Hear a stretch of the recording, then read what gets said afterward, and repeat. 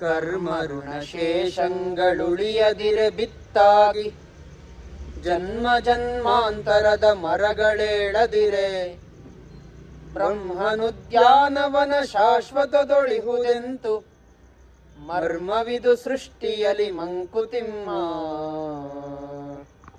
ಪ್ರಮೋದ, ನಾವು ನಿನ್ನೆ ಮೊನ್ನೆ ಕಗ್ಗಗಳೆಲ್ಲ ಹೇಳ್ಬೇಕಾದ್ರೆ ನೋಡಿದ್ವಿ.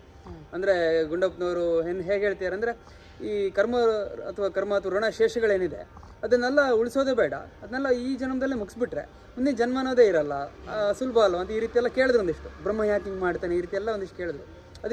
ಅದಕ್ಕೆ ಅವರೇ ಕೂಡ ಒಂದು ರೀತಿ ಉತ್ತರವನ್ನು ಕೂಡ ಕೊಡ್ತಾ ಇದ್ದಾರೆ. ಅಂದರೆ ಈ ಕರ್ಮಋಣ ಶೇಷಗಳು ಬೀಜ ಅಂತ. ಈ ಕರ್ಮಋಣ ಶೇಷಗಳನ್ನು ಬೀಜ ಬಿತ್ತಿದಾಗ ಮಾತ್ರ ಈ ಜನ್ಮ ಜನ್ಮಾಂತರ ಅನ್ನೋ ಮರ ಬೀಜ ಬೆಳೆಯೋಕ್ಕೆ ಸಾಧ್ಯ.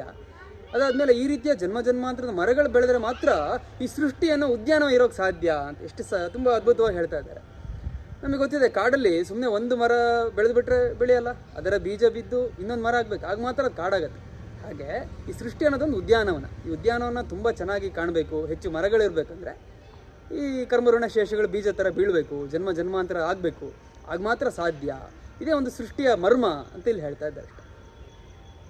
ನಮಸ್ಕಾರಗಳು.